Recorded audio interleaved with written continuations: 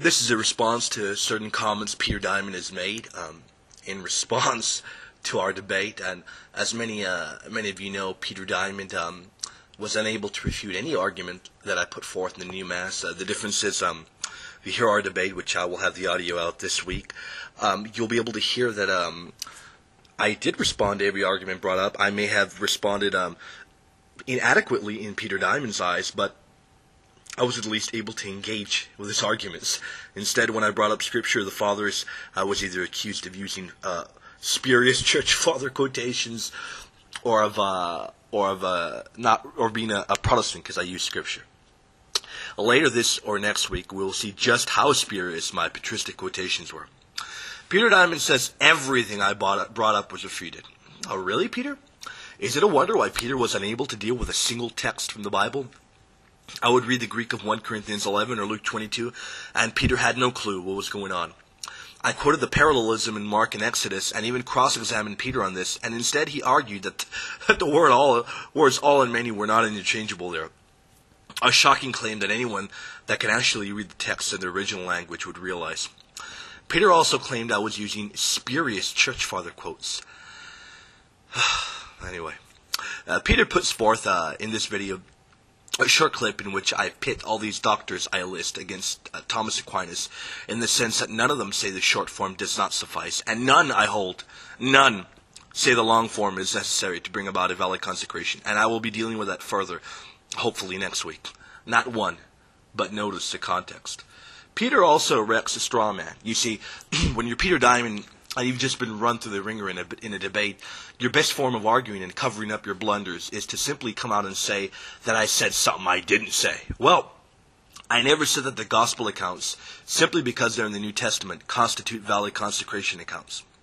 Notice carefully, what ended Peter Dimond's chance at winning this debate was when he couldn't counter anything scriptural. I pointed out how these biblical verses were formally defined by the church. Get that? Formally defined. Such passages, we're told, show the reality of an actual anamnesis, a word Peter Dimond probably doesn't even know the context of or the meaning of. A real Eucharistic sacrifice, we're told, is shown in these passages. If these passages are formally defined, and they show a real, actual sacrifice, Eucharistic sacrifice, and they lack the formula for many, then we have to ask ourselves just how much worth and weight such an argument holds. Peter Dimond further shows that he doesn't know what he's talking about. In his Afterthoughts video that he did, and I barely was shown it, I was barely told and referred to it by my friend Ken Bird today, he claims he refuted me on my quote of Ephraim and the usage of "for all" in his consecration account, because he read an article that talks about West Syrian rites and explains that there are many ancient prayers that are not legitimate. You want to know the problem here? Well, the article doesn't, and could not mention Ephraim. Want to know the funny reason why? Well, because this homily was mainly extant in Greek. But since Peter Dimond was more likely sitting on his computer, hiding in his dimly lit basement, tapping down Ephraim's name on Google, he only came up with a search that said he was a Syrian. If Peter could actually read any of the quotes in the relevant Patrologia collection, he would know just how silly what he said was. But I don't expect Peter to know how to read Latin, even much less Greek, so referencing the fathers in their original languages is out of the question. For Peter, at least. Peter goes on to claim that I am lying about what Trent said. I encourage anyone to actually do research. Trent did formally define Luke 22 and other passages. Notice clearly what I did not say. I did not say Trent formally defined the words of consecration. I said Trent formally defined these passages as valid Eucharistic consecration passages. Do you get it? Because Peter Dimond doesn't. If Trent says these passages are formally defined and they evince an actual anamnesis and Eucharistic formulation they contained, are we to believe Peter Dimond that says they are insufficient, or are we to believe the church? I'll take the church any day over Peter Dimond. You tell me who you'll believe. You tell me. I'll take Trent over someone that can't read an ounce of the biblical Greek these texts were written in. Of course, we don't expect Peter Dimond to know what he's really talking about. Go on and hear what Peter says. He says, we know what William was talking about. He's so mean and nasty, he won't give us quotes or references.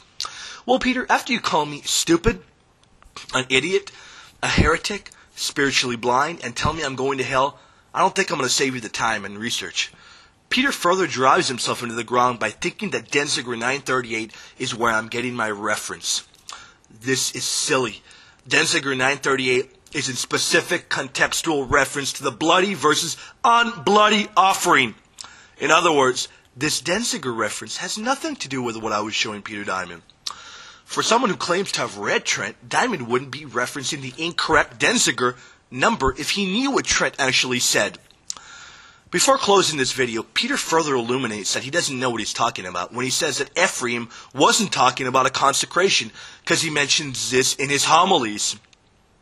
Unfortunately for Peter Dimond, Ephraim is clear in more than one place that these were his intentions for what was needed to consecrate the Eucharist. Here is an early father who not only uses for all, but who completely knocks down Peter Dimond's argument that the church has never used for all before. Furthermore, he's a saint, and a number of fathers contained their consecration formula in certain homilies they had written. Get that? Ephraim isn't the only one who contains a consecration formula in his homilies. I will be interested to hear what other arguments Peter Dimond has to bring up. It won't be pretty for Peter when I'm done responding and tearing his tiny little house down again. What still stands is my challenge to Peter Dimond to debate the issues of Vatican II and whether it was a heretical council or not. The debate still stands, Peter. I'm still here and I'm still waiting for your response. And I will pray for you and I will pray for your ministry, that you embrace Catholicism one day, and that your anger and your hatred will one day subside. God bless you.